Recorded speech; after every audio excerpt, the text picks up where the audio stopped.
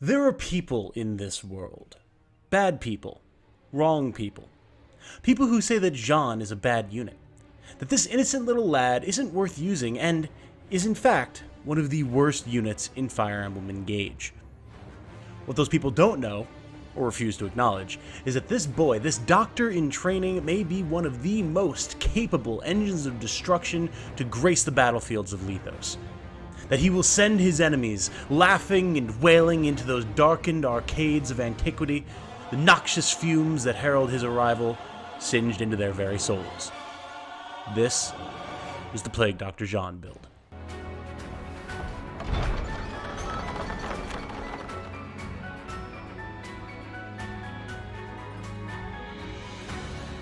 Hello everyone, my name is Tom, otherwise known as Titanium Legman. If that intro made you laugh, or even got a bemused roll of the eyes out of you, please subscribe.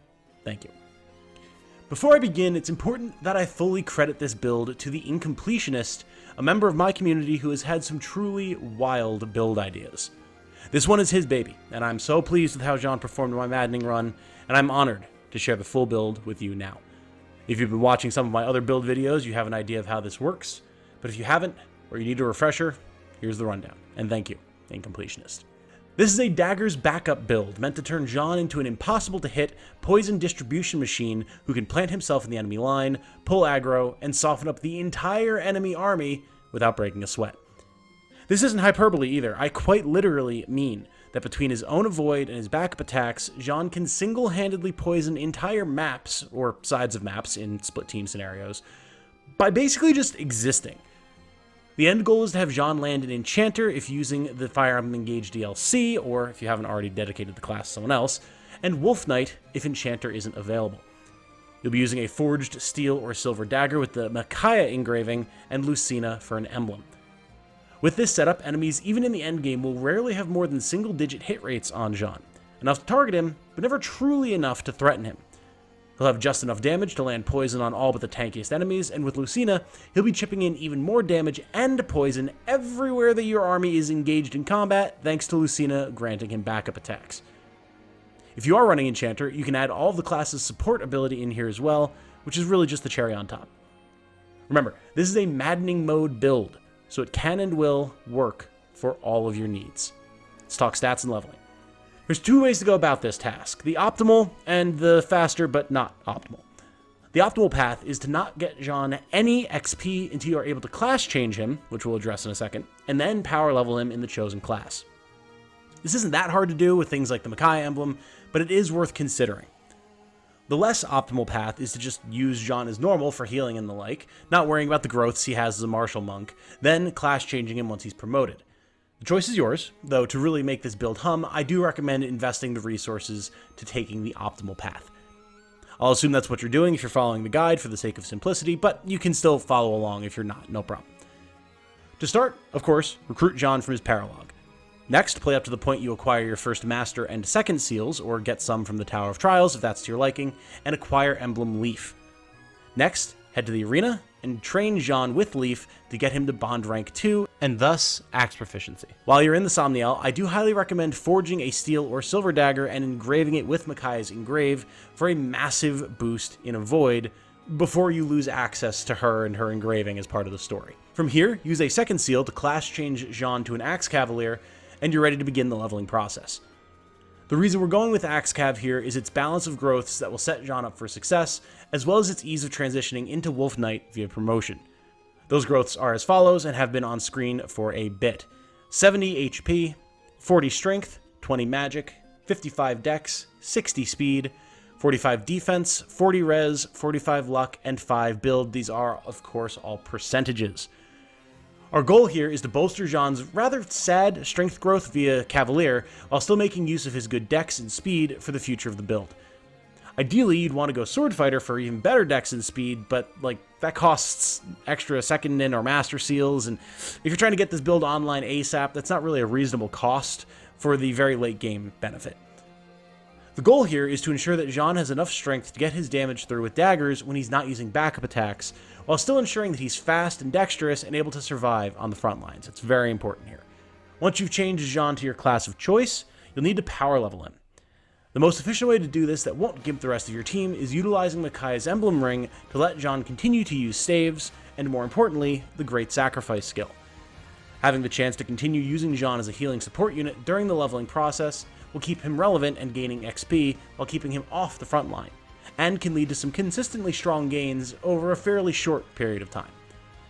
The Great Sacrifice skill is, thanks to its healing properties, equally useful here. After all, it doesn't matter what level or power the user is, all injured allies will be fully healed, and the user will gain XP exponentially based on how many characters receive healing. With Engage Puddles and the fact that it's essentially impossible to avoid all damage in a map, Jean can easily gain multiple levels per map. Even without considering the DLC paralogs, you'll have chapters 9 and 10 to power level Jean in this way, and if you wait to complete Anna's paralog until you have Axe Cav Jean, that makes for 3 total chapters to level. This can very easily take Jean from levels 1 to 10 with Micaiah before you lose access to her ring, which leads us perfectly into our next stage of the build. By the time you've leveled Jean to 10 in your chosen class, you've probably cleared chapter 11 and lost access to the initial batch of emblems. That's of no consequence, however, as you'll now have Emblem Lucina, and she's about to find her forever home with the Plague Doctor himself.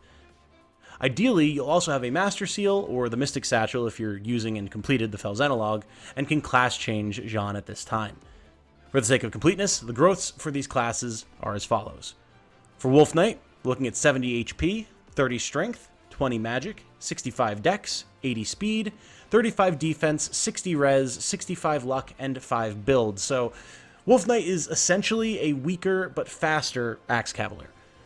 Meanwhile, Enchanter has HP of 60, 50 Strength, 50 Magic, 65 Dex, 60 Speed, 35 Defense, 30 Res, 55 Luck, very nice for that avoid, and 15 Build.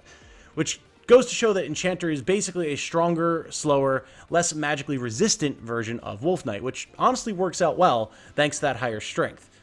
This is even before we consider the support abilities of Enchanter, which are also very nice. Enchanter also grants Jean the truly busted 100% trigger rate for Bonded Shield on all allies, regardless of class, which has saved my hide more times than I care to admit. If you're not familiar with what Bonded Shield does or why it's so good, we'll talk about it more later on when we're talking about Lucina. So, beyond just considering whether you're using DLC items or not, Wolf Knight is going to stand as more of a loner dodge tank version of this build, whereas Enchanter will be a much stronger team player overall. Which way you go comes down to personal preference and what the rest of your team is going to look like. They're both strong, so don't sweat it too much. Regardless of which class you choose, slap on the Lucina Emblem Ring and you'll be nearly done with the base build. The only thing left to do at this point is to start getting your bond level with Lucina up. This will of course rise naturally in battle, but I highly advocate for pushing it as far as you can, as early as you can with bond fragments. The goal is to get to bond level 13 to unlock dual support for a nice avoid boost, and then bond level 18 for dual assist plus for the really nasty 70% backup attack chance in your move range. You'll need to clear Lucina's paralog before you can get past level 10, but seeing as how it's unlocked literally after the chapter that you get Lucina, and it's by far the easiest emblem paralog in the game, in my opinion, that shouldn't really be a problem for you. As an added bonus, once you're maxed on bond level, Lucina will grant a stat bonus of plus 5 Dex, plus 4 Speed, and plus 6 Luck, boosting Jean's already excellent accuracy, crit, and avoid even further. Once you've got this done, the build is online. Jean will now be incredibly hard to hit, even when he's not standing in terrain, and will be literally teleporting around the battlefield to spread poison wherever he so chooses. Seriously, the number of times you're going to hear "all help" will be, frankly, alarming, but also extremely satisfying to see in action. It's so cool. From here, the last decision that you need to make is what your other two skills will be on this lad. I suggest that you consider the following: Strength Plus, Knife Precision, Rally Spectrum, Draconic Hex, and or Canter. Which you choose depends on how exactly you plan to use Jean, of course. If you want him to be able to push through more damage, especially when he's dodge tanking, Strength Plus will definitely bolster his power. Knife Precision will make him even dodgier and more accurate, though you do want to be careful you don't become too dodgy and wind up with enemies ignoring our little mad scientist if you're playing on Maddening. Draconic Hex is always a solid option for support units such as this, as it allows Jean to move in, weaken the scariest member of a formation while he's getting in position for chain attacks, and generally make things a little smoother for the rest of your party. But my personal preference is for Rally Spectrum and Canter. Rally Spectrum gives you the chance to buff your team while still leaving Jean in position to do his backup thing. Meanwhile, Enchanter I use as a more offense-oriented option. It allows me to push Jean forward when it's time to go deep, attack a scary enemy, and maneuver back into formation or into cover if he needs an even greater avoid boost than he already has. Note that I'm not a big fan of the Enchanter belongs on everyone thought process that some people ascribe to, but here it's definitely quite good. Of course, building is only half the battle. Actually using it is another matter, and how you do so depends slightly on which class you're using Jean in. If you're on Wolf Knight, you'll want to charge forward right out of the gate in pretty much any given battle. Start with Jean at the front of your formation, and dash into the enemy with your dagger in hand.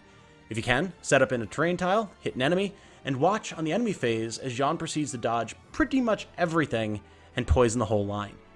Think of him kind of like a forward scout alchemist, applying toxins to the enemy supplies to make them nice and sick before the real forces arrive and the battle starts. On turn 2, he'll be in the perfect position for the rest of the team to catch up, allowing him to throw in 3, 4, 5, or even 6 damage per attack when they do their thing on top of the work that he's already done. If you need to, you can keep this up for the entire battle, only really needing to watch for particularly fast or accurate enemies. Swordmasters and Griffin Knights who could manage accurate hits on Jean are high threat targets, as are tight clumps of backup units who could turn Jean's Death of a Thousand Cuts strategy right back on him. If needed, you can always engage here as well, using Lucina's powerful weapons to shoot down flyers or punch through armored units and cavalry, but it's important that you keep in mind that doing so will lose you access to the dodge bonus that you have from the Mickey Knife, so be careful.